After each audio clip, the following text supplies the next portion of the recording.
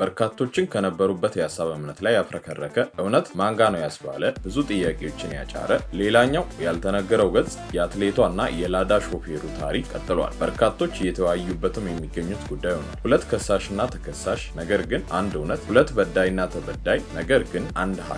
ታዲያ እቺ የሐሰት ክስ የምትዘጋ የውሸት አንደበት የምትረታ አሸናፊዋ ኃያሏ እውነት ማን ጋር ናት? ጀግናዋ አትሌት ገለቴ ቡርቃ ጋር ወይስ አቶ ታደሰ ጋር ከሚለው ተነስተን ማንስ ማን ላይ ተነሳ?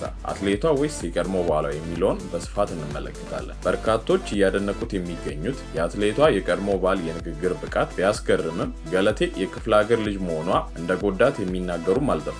የገለቴ የህግ ሂደት በአግባቡ አለማወቅ፣ የአቶ ታደሰ ህግ ጠንቅቆ ማወቅ ገለቴን ያስበላት ዋነኛው ምክንያት ነው ቢሉም አትሌቷ የደበቀችው ሌላ ሚስጥር እንዳለ እየተነገረ ይገኛል። ይህ ሚስጥር ምንድን ነው? የምናስደምጣችሁ ይሆናል። ፍርድ ቤት ውስጥ ታዋቂና ተራ ግለሰብ ለይቶ ፍርዱን መቀየር ይችላል? በላዳ ሾፌሩና በጀማሪ አትሌቷ መሃል የተጸነሰው አፍላ ፍቅር ለጊዜው የቀጠለ ቢመስልም መጨረሻው አላማረም። አሁን ሁሉም ነገር የከሳሽና የተከሳሽ የበዳይና ተበዳይ ከሆነ ሰነባብቷል። በጥንዶቹ ዙሪያ ማወቅ የሚገባችሁን በርካታ አዳዲስ መረጃዎችን ይዘናል። አትሌት ገለቴ ቡርቃ የፍርድ ቤት ውሳኔ አልቀበልም ማለቷ ህግ ለታዋቂና ለተራ ሰው አድሎ በመፈጸም ለታዋቂዋ ለኔ መፍረድ አለበት እንደማለት ነው ብለው የሚሞግቷት ሰዎች ይደመጣሉ።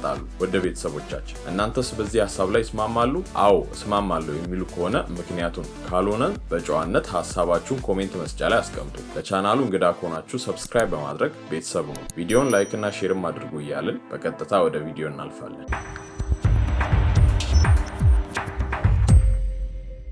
ላለፉት ቀናት አነጋጋሪነቱ የቀጠለው የጀግናዋ አትሌት ገለቴ ቡርቃ ጉዳይ አሁንም ከማነጋገርና ከማወዛገብ ወደ ኋላ ያለ አይመስልም። የቀድሞ ባለቤቴ ከርቶኛል፣ ለአገሬ ደክሜ በላቤ ያመጣሁትን ንብረቴን በጠራራ ፀሐይ ዘርፎኛል፣ የኢትዮጵያ ሕዝብ ይድረስልኝ ስትል ከተሰማች በኋላ ሁሉም በሚባል ደረጃ ጣቶች ሁሉ ወደ ቀድሞ ባለቤቷ አቶ ታደሰ ገብረመድህን ያመለክቱ ነበር። ጣት ከመጠቆም ያለፈ ድርጊትም ደርሶበት እንደነበረ በተለያዩ የሶሻል ሚዲያዎች ያየነውም የሰማነውም ጉዳይ ነው። ይሁን እንጂ በትናንትናው ዕለት ሚሊዮኖች በሚከታተሉት ሰይፉ ሾው ላይ እኔም እውነት አለኝ የኔም እውነት ይደመጥ ያለው የአትሌት ገለቴ ቡርቃ የቀድሞ ባለቤት አቶ ታደሰ ገብረመድህን የቀረበ ሲሆን ከገለቴ ቡርቃ ለቀረበበት ክስ የሰጣቸው ምላሾች በርካቶችን ግራ ያጋባ እውነት ማን ጋር ነው ያስባለ በርካቶች የተወያዩበት የሚገኙበት ጉዳይ ሆኗል። ሁለት ከሳሽና ተከሳሽ ነገር ግን አንድ እውነት። ታዲያ እቺ የሐሰት ክስ የምትዘጋ የውሸት አንደበት የምትረታ አሸናፊዋ ኃያሏ እውነት ማን ጋር ናት? ጀግናዋ አትሌት ገለቴ ቡርቃ ጋር ወይስ አቶ ታደሰ ጋር ከሚለው ተነስተን ማንስ ማን ላይ ተነሳ?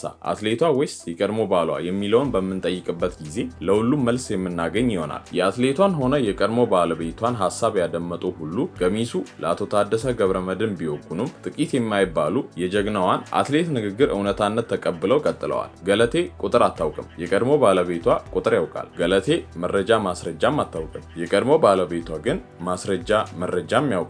ገለቴ የእውቀት ችግር አለባት፣ የቀድሞ ባሏ ላለበት ነገር በቂ እውቀት አለው። ገለቴ በመሰለኝ ታወራለች፣ ታምናለች። የቀድሞ ባሏ መሰለኝ ብሎ ነገር የለም ነው ብቻ ነው። ገለቴ የደበቀችው እውነት አለ። የቀድሞ ባሏ እውነትንም ሐሰትንም መግለጽ ይችላል። ገለቴ የሰው ግፊት አለባት፣ ራሷን አታምንም። የቀድሞ ባሏ በማንም ግፊት አያምንም፣ ራሱን ያምናል። ገለቴ የህግ ሂደት አይገባትም። የቀድሞ ባለቤቷ ግን ጥግ ድረስ እና ሂደቱን ያውቃል በማለት ለአትሌቷ የቀድሞ ባለቤት አቶ ታደሰ የወገኑ ቁጥራቸው ጥቂት አይደለም። በቀደመው ቃለ መጠይቅ አትሌቷ 10 ቤቶችን 5 መኪኖችን ዘርፎኛል፣ ባዶይን አስቀርቶኛል በሚል የተከሰሰው የቀድሞ ባሏ የለም ይህ ከእውነት የራቀ ነው፣ ሐሰት ነው ሲል በማስረጃነትም በጊዜ ሂደት መኪና በምንቀያይርበት ጊዜ የተቆጠሩ እንጂ ከ2 መኪኖች ውጭ 5 የተባለው ሐሰት ነው ብሏል። የመኪና ነጋዴም አይደለሁም፣ 5 መኪና በአንድ ግቢ ውስጥ ምን ይሰራል በማለት በንግግር ችሎታው በመጠቀም ይህን ጥያቄ አልፎታል። አንድ ስፖርተኞች ነን፣ ሊኖር ይችላል 5 በአንድ ግቢ ውስጥ እኛ መኪና ሻጮች አይደለም።